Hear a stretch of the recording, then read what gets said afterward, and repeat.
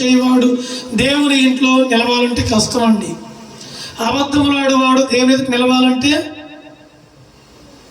దేవుని నామానికి మహిమ కలుగును గాక. మోషే ఇల్లంతట్లో నమ్మకస్తుడు, మరి నువ్వు? యేసేపు రాజుంట్లో నమ్మకస్తుడు, మరి నువ్వు?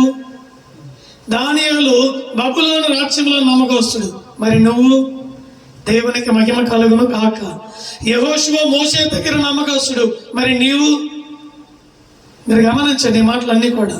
కనుక దేవుని బిడ్డలారా, ఇంకా సాంసోన్ కానీ యెఫ్తా కానీ ఈ భక్తులందరూ కూడా దేవుని మీద నమ్మకం ఉన్నారు.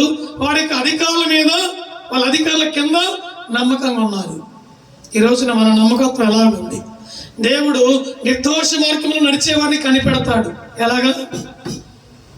అడ్డదిడ్డాల మార్గాలు నడిచేవాడిని కనిపెట్టాడు. స్తోత్రము కలుగును కాక. హల్లెలూయా. మందు తాగే వాళ్ళు ఉన్నారండి, వాళ్ళు పుల్లుగా తాగొచ్చిన ఉదయంలో ఉన్నాడు దేవుడు అని చెప్పి అతను చెప్పినంత మాత్రాన దేవుడు ఎందు అతనికి నమ్మకం ఉంటుందా? ఇతని మీద దేవునికి నమ్మకం ఉంటుందా? కాబట్టి నమ్మకస్తులైన వారి కొరకు నేను కనిపెట్టుచున్నాను, అపనమ్మకస్తులు కాదు. కనుక మనం దేవుని దృష్టికి నమ్మకం ఉండాలి, సేవకుడి దృష్టికి నమ్మకం ఉండాలి, వాక్యానుసారంగా నమ్మకం ఉండాలి. ఇట్టి నమ్మకం మనం జీవితం కలిగి జీవిస్తే దేవుడు మనం దీవించడానికి ఇష్టపడతాడు.